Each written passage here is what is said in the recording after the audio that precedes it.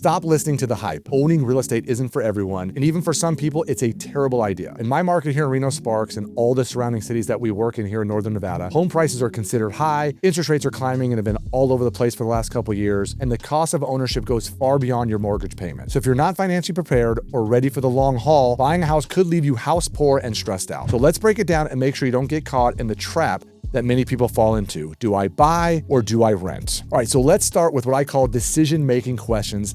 At this point, that have little to do with money and finance. The first question I have for them, how long do you plan on living in an area? So if you know you're moving to Northern Nevada and you're not sure you're gonna be here more than 3 to 5 years, renting might be a better idea, might give you more flexibility, and it may have fewer risks for you. But we also do property management, and we can talk about, hey, if you know you're gonna be here for the short term and you're thinking about, hey, let's buy something and we can keep it even if I have to leave, those are good conversations we can have, because many people come here either for school, they know they're gonna be here for a handful of years, or they're coming here for a job and they've never lived here before and they don't know if they wanna be here long term. So having that flexibility of, one, renting so that you could, be in a 6 or 12-month lease and move, or having that house that you really want because you've got, multiple people and you want to be in a better living situation, but you're just not sure. Because again, prices should not go up fast enough that you buy a house and in a year or two, you'll be able to sell it and make a bunch of money. Now, that happened many times over the last 10 or 15 years, but in reality, it shouldn't. If house prices go back to being a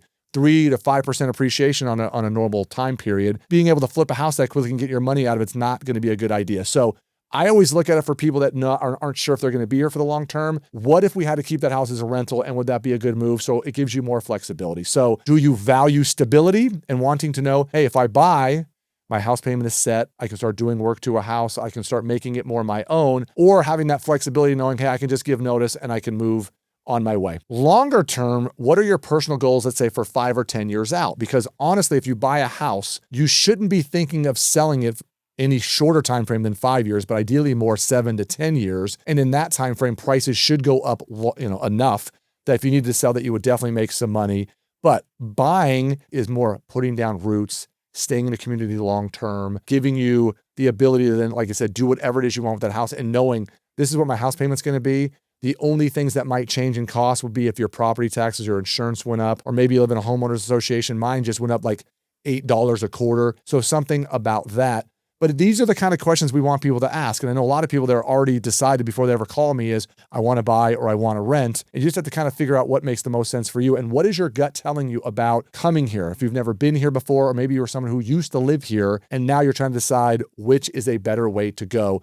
But these things, and really the biggest one is that time horizon and flexibility is that starting point, which has nothing to do with money and finances. So once we've sort of kind of figured out what our situations might going to be, now we're going to start talking about more of the numbers and finance. And it really makes a lot of sense for me is that you reach out to either your financial planner or advisor, me as a realtor, we can get you in touch with a good lender, and we can start looking at those money options and what we can afford to buy in my market or any market for that matter. And then we can also figure out how that works in comparison to renting. And so now we're starting looking at those numbers. And it used to be in a healthy market that for similar money that you go out and let's say buy a house, that for similar living conditions you could rent. And right now, homes are expensive, prices are expensive, interest rates are expensive, and also rents are expensive. And the thing about rents are, you just never know if that person's going to sell that house. So if you rent a single family home, that can be even a little less stable than for someone who's like in an apartment complex where the apartment complex isn't going to sell or they're not going to get rid of you. It is a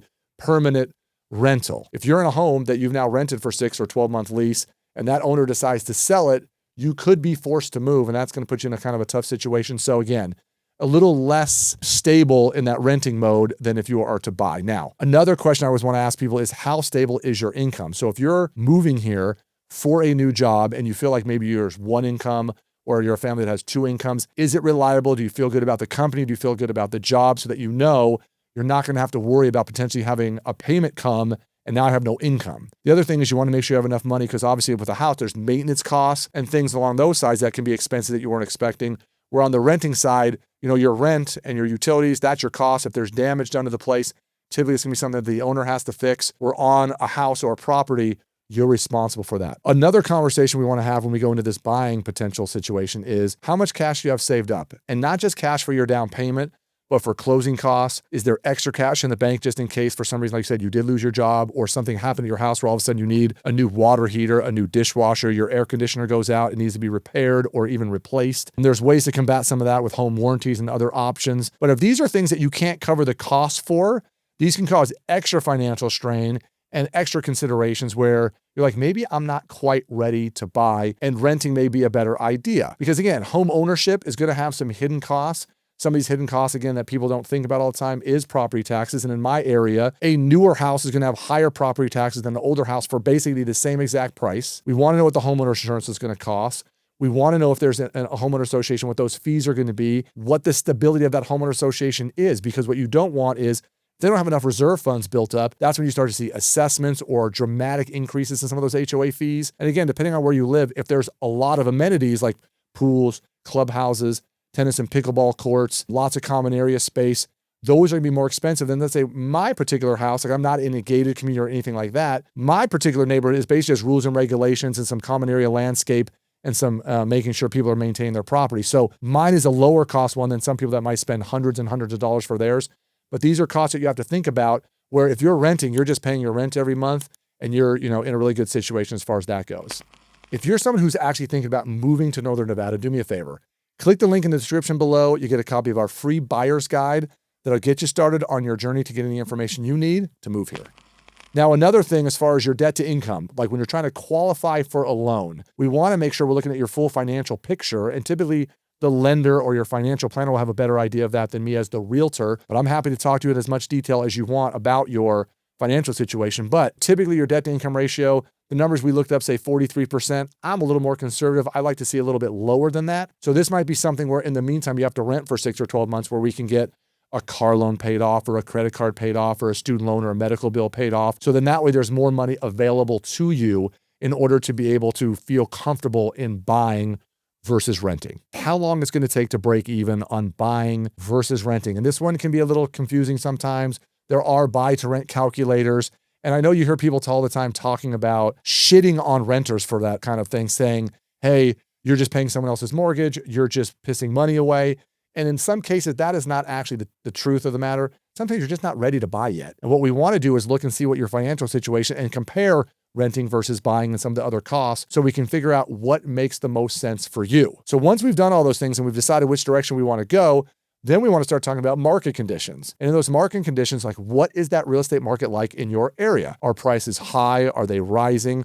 Obviously, right now we're talking about interest rates. And at the time of shooting the videos, we've been, for some markets in the low 7s. At one point last year, we were all the way up to 8%.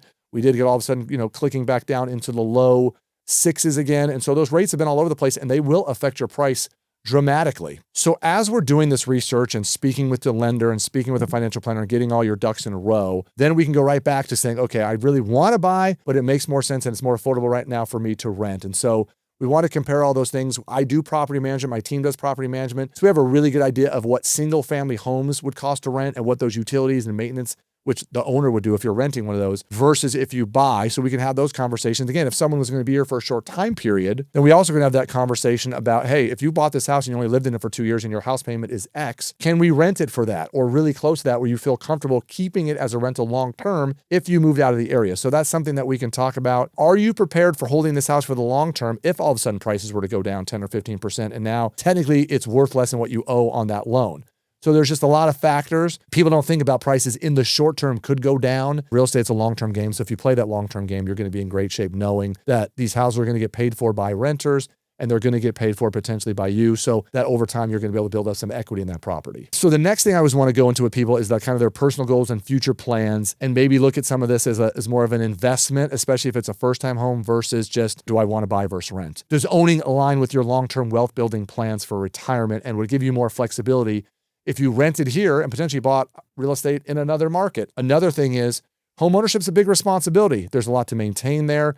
Are you comfortable dealing with potential yard work, unexpected repairs and maintenance and things that have to happen with a house versus if I just rent, they don't have to deal with any of that stuff. I just call them, they take care of it, they fix it. So how does owning or renting fit into your lifestyle goals? So this is something where some people, if they travel a lot or if they're working from home, might make a little difference on, yeah, I want to own a house so I can have my home office set up better, versus someone who maybe travels frequently and would rather just rent something so that when things happen and they're not there, they can just reach out and call the landlord of the property or the property management company or the owner if you're renting directly from them. So these could make a huge difference in whether you want to rent versus your own. And this leads right into that next section, which, are you emotionally ready to buy a property? Or are you being pressured by your friends, by your parents to feel like it's the next thing to do? And for some people, owning real estate is the next thing to do, but you don't want to do it too soon. You want to do it before you're ready. And you want to make sure that your financial situation and your extra cash, your emergency fund, all those kind of things are in place. You just have to make sure you're not being pressured. You're doing this because you want to. Don't listen to people who say these things where renting is financial suicide. Renting is a wealth killer. Why would you want to pay someone else's mortgage? I know I mentioned it briefly before, but I'll say this. Renting to me is definitely not a long-term wealth building strategy. I mentioned it before. But there are definitely times in people's life where renting makes sense. So please don't let other people scare you, guilt you into buying a home that you're not ready for. You want to make sure that you're emotionally and financially ready to do so. Do this at your own speed, at your own pace, at your own timing, and you'll know whether renting or owning in that particular moment is better for you. And if you don't, we're happy to answer the questions for you. So thanks for watching. So if you're thinking about renting versus owning, here's a video we did right here about the affordability of housing in Northern Nevada. So check it out.